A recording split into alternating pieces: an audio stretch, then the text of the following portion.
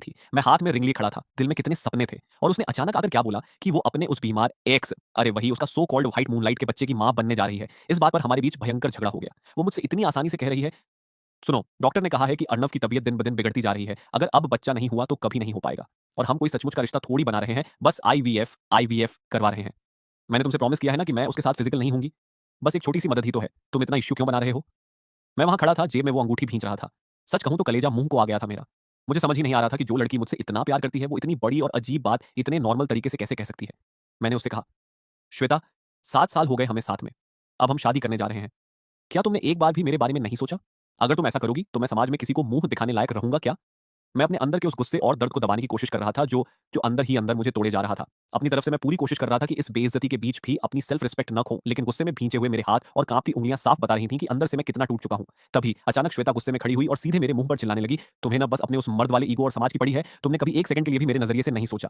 इतना बोलते ही उसने गुस्से में पूरी टेबल पलट दी। वो ठंडी हो चुकी स्टेक और सारा खाना फर्श पर बिखर गया। तभी टेबल पर रखे उसके फ़ोन की स्क्रीन चमक उठी। मैंने नीचे देखा, स्क्रीन पर बड़े-बड़े अक्षरों में लिखा था, जान। श्वेता की नज़र भी उस पर पड़ी। उसने घबराकर तुरंत फ़ोन झपटा और उसे साइलेंट कर दिया। मैं बस उसे देखे जा रहा था। दिल का कोई कोना अब भी उम्मीद कर रहा था कि वो मुझे कोई सफाई देगी, भले ही वो कोई झूठी कहानी क्यों ना हो। लेकिन उसने मेरी तरफ देखा तक नहीं। वो तेज़ी से दरवाजे की तरफ बढ़ी, उसे खोला और बाहर जाते हुए बोली, "मैं आज रात वापस नहीं आ रही, मेरा इंतज़ार मत करना।" और दरवाज़ा बंद हो गया। एक सफाई तक नहीं दी उसने। उसकी वो पीठ देखकर मुझे अचानक हमारे कॉलेज के दिन याद आ गए। कॉलेज से लेकर आज ऑफिस के दिनों तक उसने मुझे सबसे ज़्यादा अगर कुछ दिया है, तो वो है उसका यही बेरहम और बेरुखा बर्ताव। कॉलेज में श्वेता टैंग जुए जू सिर्फ खूबसूरत ही नहीं थी, बल्कि उसे सब एक ऐसी ईगोइस्टिक ब्यूटी मानते थे जो किसी को अपने आसपास फटकने तक नहीं देती थी। मुझ जैसे आम लड़के को तो वो मुड़कर देखती भी नहीं थी, लेकिन फिर एक इत्तेफाक हुआ और उस जैसी बड़ी लड़की ने खुद मुझे प्रपोज कर दिया। हम बस यूं ही बिना सोचे समझे रिलेशनशिप में आ गए। मैं जानता था कि इस सब के पीछे शायद कोई ना कोई बड़ी वजह या कोई मजबूरी रही होगी। इसीलिए मैंने दिन रात एक कर दिया, पागलों की तरह पढ़ाई की, खुद को हर तरह से बेहतर बनाया ताकि मैं उसके काबिल बन सकूं। मैंने इस प्यार में खुद को पूरी तरह झुका दिया था। बहुत डर डर कर उसकी हर छोटी बड़ी जरूरत का ख्याल रखता था। तब जाकर कहीं वो कभी कभार मुझसे प्यार से 2 मीठे बोल बोलती थी। इन 7 सालों में मुझे लगने लगा था कि आखिरकार मेरा ये अंधा प्यार और केयर देखकर उसका दिल पिघल गया है। वो मुझसे सचमुच प्यार करने लगी है।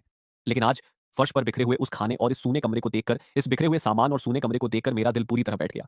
दिमाग सुन्न हो चुका था, अंदर इतनी बेचैनी थी कि रुकना मुश्किल था। मैं सीधा बालकनी की तरफ भागा और वहां जाकर एक सिगरेट सुलगा ली। तभी मेरी नजर नीचे गई। श्वेता अभी गई नहीं थी। वो विला के मेन गेट पर खड़ी होकर बेचैनी से इधर-उधर देख रही थी। शायद अपनी गाड़ी का इंतजार कर रही थी। उसने अपना फोन कान से लगा रखा था और रोते हुए कह रही थी, "अर्नव, प्लीज़ तुम हिम्मत मत हारना।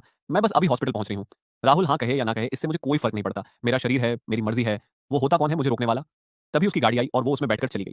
मैं बालकनी की रेलिंग को पकड़े वहीं जम गया। दिल में एक ऐसी अजीब-सी खालीपन और कड़वाहट भर गई कि मैंने बिना सोचे-समझे अपना फ़ोन निकाला। एक पुराना नंबर जो मेरी कॉन्टैक्ट लिस्ट में सालों से धूल खा रहा था, नेहा का नंबर, मैंने टाइप किया। "तुमने उस वक़्त जो बात कही थी, क्या वो आज भी सच है? 28 साल के हो गए हैं हम, मैं भी अनमैरिड हूँ, तुम भी सिंगल हो। अगर मैं तुमसे शादी के लिए पूछूँ तो क्या तुम वापस इंडिया आओगी?" बिना एक पल गँवाए मैंने सेंड पर क्लिक कर दिया। मैसेज जाते ही मैं खुद पर हैरान रह गया। एक ठंडी हँसी मेरे मुँह से निकली। मैं खुद से ही कहने लगा कि मैं क्या पागलपन कर रहा हूँ। उस लड़की से मेरा 10 साल से कोई नाता नहीं है। शायद वो तो मेरा चेहरा तक भूल चुकी होगी। मैं किस हक से उसे सीधे शादी के लिए लिख रहा हूँ। लेकिन अभी मैंने फ़ोन जेब में रखा ही था कि अचानक स्क्रीन चमक उठी। एक नया नोटिफ़िकेशन था, मेल रिसीव्ड। सिर्फ़ एक लाइन लिखी थी, सिर्फ़ एक शब्द लिखा था, हाँ। उस मेल को देखते ही मेरे सीने में एक अजीब-सी हलचल मच गई। सालों पुरानी वो जानी-पहचानी फीलिंग पल भर में लौट आई। नेहा, लिन म्याऊँ म्याऊँ, आज भी बिल्कुल वैसी ही थी। बेबाक, निडर और जो सोच लिया वो कर गुज़रने वाली। हम दोनों बचपन के पक्के दोस्त थे। साथ में पले-बड़े, छोटी-छोटी बातों पर आसमान सिर पर उठा लेते थे और लड़ते-लड़ते कब उस नासमझ उम्र में एक-दूसरे के लिए दिल में वो एहसास जाग गया, पता ही नहीं चला। फिर एक दिन हमारी बहुत भयंकर लड़ाई हुई और उसी के कुछ वक़्त बाद उसकी पूरी फैमिली विदेश शिफ्ट हो गई। मुझे अंदाज़ा भी नहीं था कि सालों पहले मज़ाक-मज़ाक में ली गई वो कसम नेहा को आज भी याद होगी। अभी मैं उस सदमे से उबर भी नहीं पाया था कि स्क्रीन पर एक इंटरनेशनल नंबर चमक उठा। मैंने फ़ोन उठाया तो उधर से वही चुलबुली और जानी-पहचानी आवाज़ गूंजी। तो फिर डन रहा, मैं ठीक 1 महीने बाद इंडिया आ रही हूँ, एयरपोर्ट से सीधे कोर्ट चलेंगे शादी के लिए, अब मुकरने की सोचना भी मत, समझे? उसकी आवाज़ सुनकर मुझे एक पल के लिए ऐसा लगा जैसे वो सालों से सिर्फ़ इसी एक पल का इंतज़ार कर रही थी। मेरे मुँह से तुरंत निकला, "ठीक है, डन। बताओ तुम्हें कैसा डायमंड रिंग चाहिए? कौन-सी गाड़ी? क्या शगुन और कैसा वेडिंग वेन्यू चाहिए? तुम बस माँगो।" मैंने एक ही साँस में मैंने एक ही साँस में वो सब कुछ बोल दिया जो मैं सालों से सोचकर बैठा था। श्वेता के साथ मैं 7 साल से रिलेशनशिप में था, हमेशा यही सपना देखता था कि एक दिन हमारी शादी होगी, इसलिए मैंने सारी तैयारियां पहले से ही कर रखी थी। लेकिन श्वेता का रवैया हमेशा बहुत कैजुअल रहता था। जब भी मैं शादी या फ्यूचर की बात करता, वो हमेशा बाद में देखेंगे कहकर बात टाल देती थी। मेरी सारी प्लानिंग, सारे अरमान धरे के धरे रह जाते थे। लेकिन फोन के दूसरी तरफ से नेहा ने जो कहा उसने मुझे हैरान कर दिया। वो सीधे बोली, मुझे ये गाड़ी, बंगला या बड़ा सा वेडिंग वेन्यू कुछ नहीं चाहिए। लेकिन हाँ, तुम्हें तो पता ही है कि मैं बचपन से कितनी जिद्दी और पजेसिव हूँ। मुझे तुम पूरे के पूरे चाहिए, तुम्हारी रूह से लेकर तुम्हारी सोच तक, सब सिर्फ मेरा होना चाहिए। किसी मजबूरी या आहसान के तहत मुझसे शादी मत करना, समझे? मेरे चेहरे पर अनजाने में ही एक मुस्कान आ गई। मैंने कहा, "ठीक है बाबा, समझ गया मेरी छोटी सरकार।" उधर से उसकी आवाज़ थोड़ी ठुनकती हुई आई, "रुको, अभी तुमने मुझे क्या बुलाया?" मैंने अपनी आवाज़ को थोड़ा सँभाला और तसल्ली से कहा, "समझ गया, मेरी होने वाली बीवी।" जब शादी करने का फैसला कर ही लिया था, तो मैं इसमें कोई ढिलाई या दिखावा नहीं चाहता था। मैं उसे वो हर खुशी और सम्मान देना चाहता था जिसकी वो हकदार थी। तभी अचानक मेरे फोन की स्क्रीन पर व्हाट्सएप का एक नोटिफिकेशन पॉपअप हुआ। नेहा ने मुझे फ्रेंड रिक्वेस्ट भेजी थी और साथ में एक मैसेज भी था। लेकिन जैसे ही मैंने उसे ओपन किया, मेरी नजर उस पर टिक गई। वहां लिखा था, आपकी होने वाली बीवी आ गई। उसे देखकर मेरे होठों पर एक गहरी मुस्कान तैर गई। मैंने मन ही मन कहा, श्वेता, तुम किसी और के बच्चे की मां बनने जा रही हो और मैं किसी और से शादी करने जा रहा हूं। हिसाब बराबर है ना? पूरा एक हफ्ता बीत गया, लेकिन श्वेता घर नहीं लौटी। लौट कर आना तो दूर, उसने मुझे एक फोन तक करने की जहमत नहीं उठाई। अगर ये पहले का वक्त होता तो मैं अब तक पागलों की तरह परेशान हो चुका होता, हॉस्पिटल के चक्कर काट रहा होता, वहां तमाशा कर रहा होता और उससे भीख मांग रहा होता। लेकिन इस बार मैंने ऐसा कुछ नहीं किया। मैंने कोई सवाल नहीं पूछा। इसके बजाय मैंने शांति से अपना एक एक सामान समेटा, अपने सूटकेस पैक किए और व्हाट्सएप स्टेटस और सोशल मीडिया पर एक सिंपल सा मैसेज डाल दिया, एक खूबसूरत सफर का अंत, अच्छे मोड़ पर रास्ते अलग हो रहे हैं, ओ एल द बेस्ट। मेरे इस पोस्ट को देखते ही उन दोस्तों के फोन आने शुरू हो गए जो जानते थे कि मैं उस रात श्वेता को प्रपोज करने वाला था। सबके धड़ाधड़ मैसेजेस और कॉल्स आने लगे। भाई ये क्या सीन है? तूने तो रिंग भी खरीद ली थी, फिर अचानक ये पोस्ट क्यों? क्या तुम दोनों की शादी कैंसिल हो गई? उनकी बातें सुनकर मैंने एक ठंडी, बेबसी भरी हंसी हंस दी। दिल के किसी कोने में अब भी एक अजीब सा दर्द था। उस अंगूठी को मैंने खुद डिजाइन किया था, पूरे 6 महीने की मेहनत लगी थी उसमें। 5 कैरेट के मेन डायमंड के चारों तरफ मैंने 10 बिल्कुल प्योर पिंक डायमंड्स लगवाए थे, जिसका मतलब था सिर्फ और सिर्फ तुम, मेरा इकलौता प्यार। लेकिन जब मैं यहाँ उसके लिए अपना सब कुछ दांव पर लगा रहा था, तब श्वेता क्या कर रही थी? वो किसी और मर्द के लिए तड़प रही थी, उसके बच्चे की मां बनने के सपने देख रही थी। जब 7 साल में मैं उस औरत के दिल में अपने लिए वो जगह नहीं बना पाया, तो अब और कोशिश करने का कोई फायदा नहीं था। मुझे अब और अपनी सेल्फ रिस्पेक्ट नहीं गंवानी थी। उसी रात दोस्तों के साथ डिनर पर मेरा जाना पहले से तय था। वहां जब सबने दोबारा वही सवाल पूछा, तो मैंने बिल्कुल साफ और सीधे लफ्जों में कह दिया, शादी तो होगी भाई, बिल्कुल होगी। बस दुल्हन श्वेता नहीं होगी। मेरी यह बात सुनते ही एक पल के लिए पूरी टेबल पर सन्नाटा छा गया। सब एक दूसरे का मुंह देखने लगे, लेकिन फिर माहौल को संभालते हुए मेरे दोस्तों के ठहाके गूंज उठे। वो हंसते हुए बोले, चल बे, कुछ भी मत फेंक। तू और श्वेता को छोड़ देगा? जिसने श्वेता के लिए अपनी जान तक छिड़क रखी हो, वो एक झटके में कह रहा है कि प्यार नहीं है? तेरी इस बात पर तो भूत भी यकीन नहीं करेगा। इतने सालों में तू कितनी बार हम लोगों के साथ बैठकर रोया है, लेकिन वहां श्वेता का एक मैसेज आता था और तू सब भूलकर उसके पीछे भाग जाता था। मैंने उनकी किसी बात का जवाब नहीं दिया, बस चुपचाप मुस्कुरा दिया। मैं जानता था कि इस वक्त कुछ भी बोलना बेकार है, क्योंकि जब सच सामने आएगा तो इन्हें खुद ब खुद यकीन हो जाएगा कि इस बार मैं मजाक नहीं कर रहा था। देर रात जब मैं घर लौटा तो देखा कि घर की लाइट्स ऑन थी। अंदर कदम रखते ही मेरी नजर श्वेता पर पड़ी। वो वापस आ चुकी थी। उसके आंखों के नीचे गहरे डार्क सर्कल्स थे, चेहरे पर कोई मेकअप नहीं था और वो बेहद थकी और परेशान दिख रही थी। श्वेता उन लड़कियों में से थी जो हमेशा खुद को एकदम परफेक्ट और सलीके से रखती थी। उसे इस तरह बिखरे हुए और बेहाल देखना वाकई अजीब था। मैं जैसे ही उसके करीब गया, मेरे नथुनों से एक बहुत ही तेज और चुभने वाली सैनिटाइजर और दवाइयों की बदबू टकराई। साफ पता चल रहा था कि वो कई दिनों से बिना सोए, बिना आराम किए हॉस्पिटल में उसी के पास बैठी थी। मुझे अंदर आते देख श्वेता सीधे मुझ पर बरस पड़ी। कहाँ थे तुम इतने दिनों से? फोन क्यों नहीं उठा रहे थे? अब अपनी मर्जी के मालिक हो गए हो क्या? उसकी बात सुनकर मेरा मन किया कि मैं जोर से हंस दूं। उसकी पुरानी आदत थी ये, जब भी वो खुद किसी बात को लेकर गिल्टी महसूस करती या उसका झूठ पकड़ा जाता, वो उल्टा मुझ पर ही कोई ना कोई इल्जाम मढ़ देती थी, ताकि मैं घबराकर उसे सफाइयां देने लगूं और अपनी गलती मानने लगूं। लेकिन इस बार मैंने ऐसा कुछ नहीं किया। मैं बस बहुत ही शांत और खाली नजरों से उसे देखता रहा। मेरी इस खामोशी को देखकर श्वेता के चेहरे पर एक पल के लिए अजीब सी घबराहट दिखी, जैसे उसे एहसास हुआ हो कि मेरे अंदर कुछ बदल गया है, कुछ बहुत बड़ा। लेकिन इस वक्त उसके पास इन सब बातों पर दिमाग लगाने का टाइम नहीं था। उसके दिमाग में कुछ और ही चल रहा था। उसने अपनी भौहें सिकोड़ी और थोड़ा हक जताते हुए बोली, सुनो, अर्णव का अब भी एक बड़ा ऑपरेशन हुआ है और उसकी हालत बहुत नाजुक है। मैंने डिसाइड किया है कि मैं उसे वीआईपी वार्ड में शिफ्ट करवा देती हूँ, उसका खर्चा। मैंने उसकी बात बीच में ही काट दी और बहुत आराम से कहा, ठीक है, करवा दो। मेरे इतनी आसानी से हाँ कहते ही श्वेता एक पल के लिए सकपका गई। उसने कभी सपने में भी नहीं सोचा था कि ये काम इतनी सरलता से हो जाएगा। उसे लगा था कि हमेशा की तरह इस बार भी उसे मुझे मनाने के लिए थोड़ा ड्रामा करना पड़ेगा, झूठा प्यार दिखाना पड़ेगा या मेरा गुस्सा शांत करने में वक्त बर्बाद करना पड़ेगा। वो थोड़ी झिझकते हुए फिर बोली, सुनो, वीआईपी वार्ड का एक दिन का खर्चा 30,000 रुपए है। तुम्हें सच में कोई प्रॉब्लम नहीं है ना? मैंने उसकी तरफ सिर उठाकर देखा तक नहीं, बस अपनी धुन में रहते हुए कहा, हाँ कहा ना, ठीक है। दरअसल मेरे दिमाग में बिल्कुल साफ था, जब हमारा कोई रिश्ता ही नहीं बचा तो वो जिसके लिए चाहे पैसे लुटाए, मुझे क्या। श्वेता एक छोटी सी कंपनी में रिसेप्शनिस्ट थी, जहां उसे महीने के मुश्किल से 4-5 हजार मिलते थे। लेकिन हमारे साथ रहने के दौरान उसका रहना, खाना, घूमना और सारे पर्सनल खर्चे मैं खुद उठाता था। इसलिए उसने अपनी सैलरी से कुछ सेविंग्स कर रखी थी। अब उन पैसों से वो वीआईपी वार्ड का बिल कितने दिन भर पाती है, ये देखना उसका सिरदर्द था, मेरा नहीं। मेरी इस बेरुखी ने श्वेता के दिल में फिर से वही अजीब सी बेचैनी पैदा कर दी। लेकिन इस वक्त उसके सिर पर अर्णव को अच्छे वार्ड में शिफ्ट कराने का भूत सवार था, इसलिए उसने ज्यादा दिमाग नहीं दौड़ाया। इसी तरह एक हफ्ता और गुजर गया। आज मैं अपने वादे के मुताबिक हॉस्पिटल पहुंचा था। वहां श्वेता हमेशा की तरह बड़े हक से डॉक्टरों और नर्सों के बीच घूम रही थी, जैसे वो वहीं की कोई स्टाफ हो। मैं जब अर्णव के वार्ड के बाहर पहुंचा तो देखा कि वो अंदर बैठकर आराम से टीवी देख रहा था। लेकिन जैसे ही उसकी नजर श्वेता पर पड़ी, अचानक उसके चेहरे के हाव भाव बदल गए और वो दर्द से कराहने का नाटक करने लगा। श्वेता, बहुत तेज दर्द हो रहा है यार, मुझसे तो रहा ही नहीं जा रहा। श्वेता घबराकर तुरंत उसकी तरफ भागी। अरे तुम पागल हो क्या? डॉक्टर ने मना किया है ना, तुम चुपचाप लेटे क्यों नहीं रहते, फिर से उठकर क्यों बैठ गए? अर्णव ने उसका हाथ पकड़ लिया और मासूम सा चेहरा बनाकर बोला, सुबह जब आंख खुली और तुम आसपास नहीं दिखी तो मैं बहुत डर गया था। अजीब सी बेचैनी हो रही थी, सच कहूं तो गले से एक निवाला तक नहीं उतरा मेरे। श्वेता ने एक गहरी सांस ली। उसके चेहरे पर एक अजीब सी बेबसी थी, लेकिन उसकी आवाज में अर्णव के लिए बेइंतहा प्यार और नरमी साफ झलक रही थी। उसने टिफिन बॉक्स खोला और एक एक चम्मच से उसे खाना खिलाने लगी। तुम भी ना, बिल्कुल बच्चे हो। मेरे बिना तुम्हारा क्या होगा? इसीलिए तो मैं दिन रात एक करके तुम्हें वीआईपी वार्ड में शिफ्ट करवा रही हूँ, ताकि मैं सुकून से रह सकूं। वो दोनों एक दूसरे से बिल्कुल सटकर बैठे थे, दुनिया से बेखबर, अपनी ही बातों में खोए हुए, ठीक वैसे ही जैसे कोई नया नवेला शादीशुदा जोड़ा होता है। और मैं बस उस दरवाजे के फ्रेम को पकड़े खड़ा था। बिना एक शब्द बोले, बहुत ही शांत नज़रों से उनका यह तमाशा देख रहा था। मेरे दिल में अब कोई दर्द नहीं था, बस एक अजीब से रूखे लहजे में कहा, "एक्सक्यूज़ मी भाई साहब, अगर आपका कोई काम नहीं है तो दरवाजे पर मत खड़े होइए। प्लीज़ रास्ता छोड़िए।" डॉक्टर की आवाज़ सुनकर श्वेता ने चौंक कर सिर उठाया और तब जाकर उसे एहसास हुआ कि गेट पर उसका वो मंगेतर खड़ा है, जिससे जिससे 7 साल का रिश्ता टूटने की कगार पर था। उसे देखते ही अर्णव भी थोड़ा झेंप गया और हड़बड़ाहट में उठकर बैठने की कोशिश करने लगा। लेकिन मैंने कुछ नहीं कहा, बल्कि बहुत ही तमीज़ से साइड हटकर डॉक्टरों को अंदर जाने का रास्ता दे दिया। मेरे इस शांत और बिना किसी ड्रामे वाले बर्ताव को देखकर श्वेता को थोड़ी हैरानी ज़रूर हुई। लेकिन तभी अर्णव ने उसकी आस्तीन पकड़ ली और बिल्कुल लाचार सा मुंह बनाकर बोला कि उसके पेट में बहुत तेज दर्द हो रहा है। श्वेता का ध्यान तुरंत फिर से उसी पर चला गया। उसने मन ही मन सोच लिया होगा कि चलो अच्छा है राहुल, आखिरकार समझदार हो गया है और चीज़ों को समझने लगा है। तभी अर्णव ने ऐसे नाटक किया जैसे उसने मुझे अभी-अभी देखा हो। वो मेरी तरफ देखकर बहुत ही मतलबी सी मुस्कान के साथ सिर हिलाने लगा और बोला, "राहुल भाई, आपका बहुत-बहुत शुक्रिया। इतने सालों तक मेरी गैर मौजूदगी में आपने श्वेता का इतना ख्याल रखा और अब मेरे लिए ये वीआईपी वार्ड भी बुक करवा दिया। सच में मैं आपका ये एहसान कभी नहीं भूलूंगा।" अर्णव की ये बातें सीधे-सीधे मेरे ज़ख्मों पर नमक छिड़कने जैसी थीं। वो बहुत अच्छे से जानता था कि श्वेता मेरी मंगेतर है, लेकिन फिर भी वो जानबूझकर ऐसे जता रहा था जैसे श्वेता हमेशा से सिर्फ़ उसी की अमानत थी और मैं तो बस कुछ समय के लिए उसकी देख-रेख कर रहा था। लेकिन मैं उसकी इस घटिया बात पर भी बिल्कुल चुप रहा। मेरे चेहरे का एक एक्सप्रेशन तक नहीं बदला।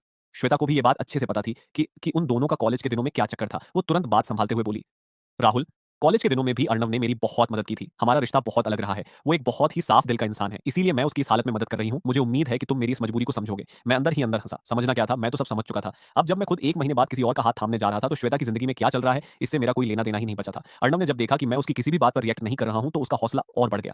उसने अपनी भौहें थोड़ी ऊपर चढ़ाईं और बड़े घमंड से अपनी औकात दिखाते हुए आगे बोला, "राहुल भाई, अभी 2-3 दिन पहले जब मेरा ऑपरेशन हुआ था, तो मैं हिलने-डुलने के लायक भी नहीं था। वो तो भला हो श्वेता का, जिसने दिन-रात एक करके मेरी सेवा की। मेरे पूरे बदन को स्पंज से साफ करने से लेकर मेरे लिए गरम-गरम सूप और दलिया बनाकर लाना, सब इसी ने किया है। जब भी मुझे थोड़े दर्द में देखती है, इसकी आँखों से आँसू टपकने लगते हैं। सच में भाई, आपकी गर्लफ्रेंड बहुत ही संस्कारी और केयरिंग है।" अर्णव के मुंह से अपनी मंगेतर के बारे में ऐसी बातें सुनना, वो भी इस घटिया और नीची टोन में, मेरे सब्र का बांध टूटने लगा था। लाख शांत रहने की कोशिश के बाद भी गुस्से के मारे मेरी मुट्ठियां खुद ब खुद भींच गईं और हाथों की नसें तन गईं। वहां खड़े डॉक्टरों और नर्सों के सामने उसकी इतनी हिम्मत बढ़ गई थी कि वो मेरे मुंह पर ये सब बक रहा था। सोचकर ही कलेजा जल रहा था कि जब ये सरेआम ऐसी बातें बोल रहा है, तो पीठ पीछे इन दोनों ने क्या क्या गुल खिलाए होंगे। मुझे साफ महसूस हो रहा था कि मेरा 7 साल का भरोसा कितनी बुरी तरह कुचला जा चुका है। अर्णव की ये बात सुनते ही श्वेता का चेहरा एकदम सफेद पड़ गया। उसने भांप लिया था कि पानी अब सिर से ऊपर जा रहा है। वो तुरंत बात को दबाते हुए घबराहट में बोली, "राहुल, अर्णव बस ऐसे ही मजाक कर रहा है, तुम प्लीज इसकी बातों को सीरियसली मत लो। ये शुरू से ऐसा ही है, किसी के साथ भी कुछ भी प्रैंक करने लगता है। तुम तो जानते ही हो ना, मेरे दिल में सिर्फ तुम्हारी जगह है।" ये बोलते हुए श्वेता ने तुरंत अपनी नजरें मुझसे चुरा लीं और टेबल पर रखे दवाइयों के डिब्बों को बिना वजह इधर-उधर खिसकाने लगी। 7 साल का वक्त कम नहीं होता। मैं उसे रग-रग से जानता था। उसकी एक-एक हरकत मेरी पहचानी हुई थी और मुझे अच्छे से पता था कि जब भी वो कोई झूठ बोलती है या कुछ छुपाती है, तो वो हाथों को बिज़ी दिखाने के लिए जबरदस्ती का कोई काम ढूँढ लेती है। वो झूठ बोल रही थी और ये बात शीशे की तरह साफ थी। तभी उसने बात बदलते हुए कहा, "चलो, अब यहाँ ऐसे पागलों की तरह खड़े मत रहो। नीचे काउंटर पर चलते हैं और वीआईपी वार्ड के जो पैसे बचे हैं, वो क्लियर कर देते हैं।" आखिरकार उसके दिल की बात जुबान पर आ ही गई। इतनी देर से जो वो सफाई दे रही थी, वो सिर्फ इसलिए थी क्योंकि उसे लग रहा था कि मैं हमेशा की तरह उसका एटीएम कार्ड बनकर उस अर्णव के इलाज का बिल भर दूँगा।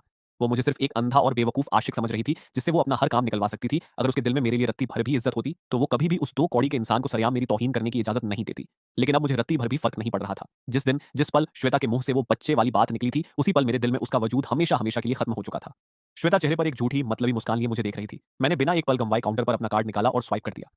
वो बड़े आराम से खड़ी देख रही थी। उसे अंदाजा भी नहीं था कि ये कार्ड मेरा नहीं, बल्कि उसी का सैलरी अकाउंट था जो इतने सालों से मेरे पास ही रहता था। बिल क्लियर होते ही अर्णव को वीआईपी वार्ड में शिफ्ट कर दिया गया। श्वेता साई की तरह उसके साथ-साथ चल रही थी, जब तक कि वो आराम से बेड पर लेट नहीं गया। कुछ देर बाद हॉस्पिटल के स्टाफ ने वीआईपी वार्ड का वीआईपी खाना लाकर टेबल पर रखा। अर्णव ने चम्मच से बस 2 निवाले खाए और मुंह बनाकर छोड़ दिया। फिर उसने पहले तो बड़े घमंड और चुनौती भरी नजरों से मेरी तरफ देखा और फिर अचानक रोने का नाटक करते हुए श्वेता से बोला, "श्वेता यार, ये खाना खाकर मुझे हमारे कॉलेज के वो दिन याद आ गए, जब हम नए-नए रिलेशनशिप में आए थे और तुमने खुद अपने हाथों से मेरे लिए वो मटन सूप और कबाब बनाए थे। पता नहीं अब इस जन्म में दोबारा तुम्हारे हाथ का वो स्वाद चखने को मिलेगा भी या नहीं?" उसकी ये नौटंकी खत्म होते ही श्वेता का चेहरा भावुक हो गया।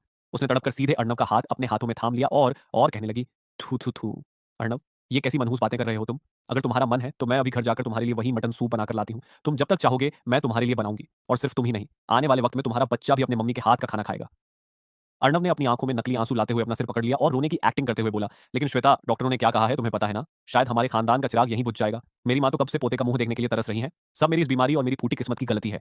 इतना कहकर वो श्वेता के गले लगकर फूट-फूट कर रोने लगा। श्वेता उसे अपनी बाहों में भींचकर बच्चों की तरह सहलाने लगी और धीरे-धीरे उसका हौसला बढ़ाने लगी। तभी उसकी नजर मुझ पर पड़ी, जो अब भी वार्ड के कोने में चुपचाप खड़ा ये तमाशा देख रहा था। उसका चेहरा एकदम से सख्त हो गया और उसने बहुत ही रूखे और हुक्म चलाने वाले लहजे में मुझसे कहा, "तुम अभी तक यहीं खड़े हो? जाओ, जल्दी से सुपरमार्केट जाओ और अच्छा सा मटन लेकर आओ। मैं बस थोड़ी देर में घर पहुंच रही हूँ सूप बनाने के लिए।" उसकी बात सुनकर मेरे मुंह से एक कड़वी हंसी निकल गई। काम निकल जाने के बाद दूध में से मक्खी की तरह निकाल फेंकना। श्वेता का यही पुराना तरीका था। मैंने बिना कुछ कहे बस अपना सिर हिलाया, वार्ड से बाहर निकला और सीधे बेसमेंट पार्किंग की तरफ चला गया। मैंने गाड़ी स्टार्ट की, लेकिन इस बार मैं न तो किसी सुपरमार्केट की तरफ गया और न ही उस घर की तरफ, जिसे कभी मैं अपना आशियाना समझता था। मैंने गाड़ी का गियर बदला और सीधे हाईवे की तरफ निकल गया, ऑफिस की तरफ। जब मैं ऑफिस पहुंचा तो बाहर हल्की बारिश हो रही थी। मेरे पास छाता नहीं था, इसलिए मैं थोड़ा भीग गया था। सिर में अजीब सा भारीपन था और हल्की सी थकावट महसूस हो रही थी। मैं सीधे अपने पार्टनर और खास दोस्त कबीर के केबिन में गया। मुझे वहां देखकर कबीर काफी हैरान रह गया, क्योंकि कुछ दिन पहले ही मैंने उससे कहा था कि मैं प्रपोजल की तैयारियों में बिजी रहूंगा, इसलिए कुछ दिन ऑफिस नहीं आ पाऊंगा। उसने मुझे ऊपर से नीचे तक देखा और पानी का गिलास बढ़ाते हुए पूछा, भाई तू यहाँ इस हालत में? मैंने पानी का एक घूंट लिया और सीधे कहा, कबीर मैं रिजाइन कर रहा हूँ। क्या पागल हो गया है क्या? कबीर अपनी चेयर से उठ खड़ा हुआ। तू इस कंपनी का सीईओ है, सब कुछ बढ़िया चल रहा है, फिर अचानक कहां भागने की सूझ रही है? और जहां तक मुझे याद है, तेरी वो श्वेता मैडम शादी से पहले अपने नाम पर एक आलीशान बंगला मांग रही थी और शगुन में भी उन्हें करोड़ों का तामझाम चाहिए था। अगर तू अभी जॉब छोड़ देगा तो उसके ये सारे शाही खर्चे कैसे उठाएगा? वैसे अगर तूने कोई दूसरी लड़की ढूंढ ली है और अब सुकून की जिंदगी जीना चाहता है, तब तो तेरा रिटायर होना समझ आता है। मैंने एक फीकी मुस्कान के साथ कहा, मैं कंपनी पूरी तरह छोड़कर नहीं जा रहा, बस फ्रंट से हटकर बैक एंड म्यू हाउ संभालने की सोच रहा हूं। कुछ लोग इस काबिल नहीं होते कि उनके लिए अपनी पूरी जिंदगी और सुकून दांव पर लगा दिया जाए। ऑफिस के सारे जरूरी काम और जिम्मेदारियां कबीर को सौंपने के बाद मैं वापस घर लौटा। जब मैंने घर का दरवाजा खोला तो श्वेता पहले से वहां मौजूद थी। टेबल पर सुपरमार्केट के थैले रखे हुए थे और वो गैस स्टोव के पास खड़ी पतीले का ढक्कन हटा रही थी। मुझे खाली हाथ अंदर आते देख उसका चेहरा गुस्से से लाल हो गया और वो सीधे मुझ पर चिल्लाने लगी, तुम्हें मटन लाने के लिए भेजा था ना, कहां मर गए थे तुम? सुबह से देख रही हूं ये सड़ा हुआ मुंह बनाकर घूम रहे हो। छोटी छोटी बातों पर इतना कड़कने वाले और हिसाब किताब रखने वाले को क्या खाक मर्द कहेंगे? मैंने उसकी इस बदतमीजी का कोई जवाब नहीं दिया। मैं सीधे बेडरूम में गया और अपना वो सूटकेस उठा लाया जिसे मैंने पहले ही पैक करके रख दिया था। मुझे हाथ में भरा हुआ सूटकेस लिए बाहर आते देख श्वेता एक पल के लिए सकपका गई। उसकी टोन थोड़ी बदली और वो बोली, ये क्या है? तुम्हें अचानक किसी बिज़नेस ट्रिप पर जाना है क्या? और तुमने खुद ही सारे कपड़े पैक कर लिए, मुझे बताया तक नहीं? मैंने बहुत ही शांत और नॉर्मल आवाज़ में एक बहाना बना दिया। नहीं, कोई ट्रिप नहीं है, कंपनी में कुछ बड़े बदलाव हो रहे हैं, काम का बहुत प्रेशर है, इसलिए कुछ दिनों के लिए ऑफिस के गेस्ट हाउस में ही शिफ्ट हो रहा हूँ। श्वेता जानती थी कि मेरा काम काफ़ी व्यस्त रहता है, पहले भी प्रोजेक्ट्स के चक्कर में मेरा रात-रात भर ऑफिस में रुकना या अचानक बाहर जाना बहुत आम बात थी। वैसे तो उसे मेरे काम या मुझसे कभी कोई खास मतलब नहीं रहता था, लेकिन पता नहीं क्यों आज उसे कुछ अजीब लग रहा था। उसने थोड़ी नरमी दिखाते हुए कहा, अच्छा, कितने दिनों के लिए जा रहे हो? लाओ मैं एक बार चेक कर लूँ कि तुमने सारे कपड़े ठीक से रखे हैं या नहीं, कुछ और पैक करना है?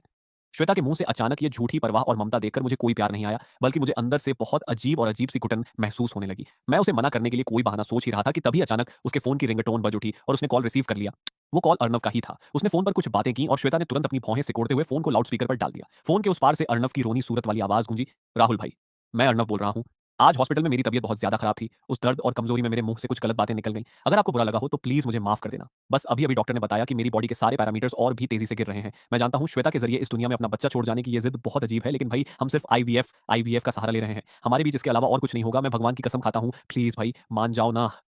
उसकी आवाज़ में गज़ब की लाचारी और रोना था, लेकिन मेरा दिमाग एकदम सुन्न था। मैं सोच रहा था कि जब मैं अभी कुछ देर पहले हॉस्पिटल में उसके सामने खड़ा था, तब इस मर्द के मुँह से ये बातें क्यों नहीं निकलीं? तब तो वो शेर बन रहा था। ये सारा नाटक वो सिर्फ इसलिए कर रहा था ताकि श्वेता के दिल में मेरे खिलाफ गुस्सा भरे और वो मुझे एक पत्थर दिल इंसान समझकर तुरंत उसके पास हॉस्पिटल भाग जाए। अगर मैंने हॉस्पिटल में उसकी वो घमंड से भरी और नीची हरकत न देखी होती, तो शायद आज मैं भी उसकी इस हालत पर तरस खा जाता। लेकिन अब मैं इन दोनों के इस घटिया ड्रामे का हिस्सा बनने के मूड में बिल्कुल नहीं था। मैंने बस बहुत ही ठंडे और बेरुखे लहजे में कहा, अच्छा, ठीक है। और मैं मुड़ा और वापस अपने कमरे में चला गया ताकि बचा हुआ सामान समेट सकूं। जब मैं अपना सारा सामान पूरी तरह पैक करके कमरे से बाहर आया,